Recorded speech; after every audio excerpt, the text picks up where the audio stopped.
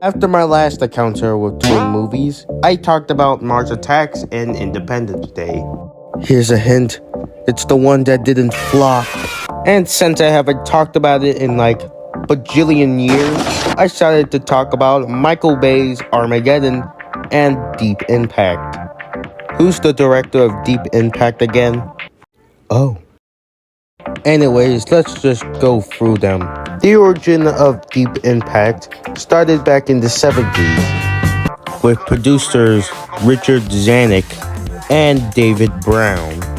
Appeared out of nowhere in Paramount Studios and told them they want to make a remake of the 1951 film When Worlds Collide. Paramount approved this film and greenlit it.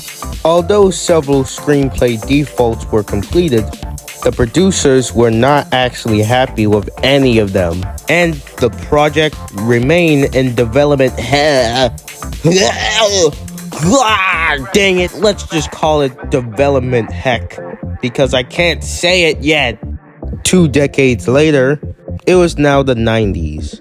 Where hip-hop was cool, Michael Bay released his first movie, and action movies were cool. And no, Fortnite did not exist in this period. When the legendary director, Steven Spielberg, to dust off their long-planned project that's been in stock since the 70s, they wanted Spielberg to direct it, but he already bought the film rights called The Hammer of God. But he will only executive produce this film. Then in 1995, the film was announced as a screenplay by Bruce Joel that will be based on When Worlds Collide and The Hammer of God. Steven Spielberg still wanted to direct this film, but comments about his film Armageddon prevented him to direct the film and went back to producing it. But then Touchstone Pictures announced their film called Armageddon, which we'll get to in a minute, which was also supposed to be releasing in the summer. Not wanting to wait, the producers hired Mimi Leder to direct the film, and with Spielberg acting as the executive producer. Leder was unaware of another film being made, and this is what he said. I couldn't believe it. And the press was trying to pit us against each other. That didn't feel good. Both films have great value, and fortunately, they both succeeded tremendously. With the cast being announced as Elijah Wood, Téa Leoni, and Morgan Freeman were both cast as the main character. Then on May 8th, the actual film was released. And when the film came out, it got some critical reviews. But that didn't matter because it was a box office success, grossing $349.5 million, becoming the 6th highest grossing movie of all time. Well, that was fun. Now it's time for mayhem.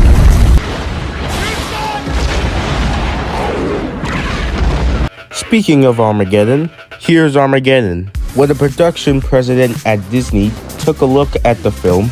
And with Armageddon being an accountant film at Disney, 9 workers were working on the script, and they wanted to include all of these people. Originally, it was Hensley's script, based on Poole's original.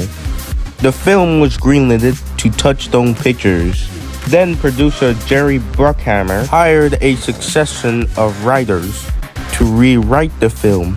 According to astronomers telling that the film called Deep Impact, which we just talked about, was more realistic and science fictional. Bruce Willis was cast onto the film as part of a 3-picture deal he cut with the studio. With the studio getting dissolution after the film Broadway Brawler, he was given a significant pay. Sean Connery was originally supposed to be in the film, but Bay decided to cast a more younger version of him. Filming began in 1997, then ended on January 29th, 1998. Then in May, Walt Disney explained that the budget was $3 million that included special effects scenes, showing a scene where an asteroid hits Paris and it's evaporated into nothingness. But then when the film Deep Impact released just only 1 month later, blah blah blah, box office, blah blah blah, I already said this. But then when the film was released, it got negative reviews from critics.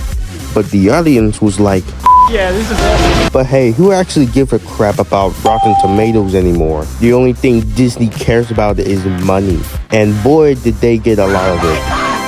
Armageddon became one of the highest grossing films of the entire year, and becoming Michael Bay's best movies and his only disaster movie ever made.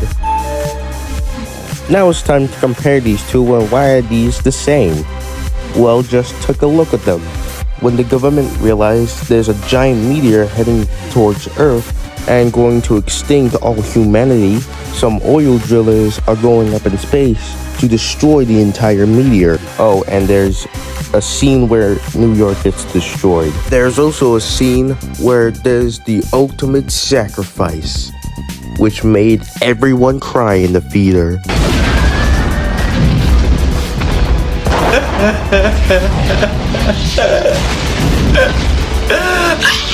And that's right, these two are the same. And I'm just gonna end the video here because this video is way too long as it is. So, have a good day.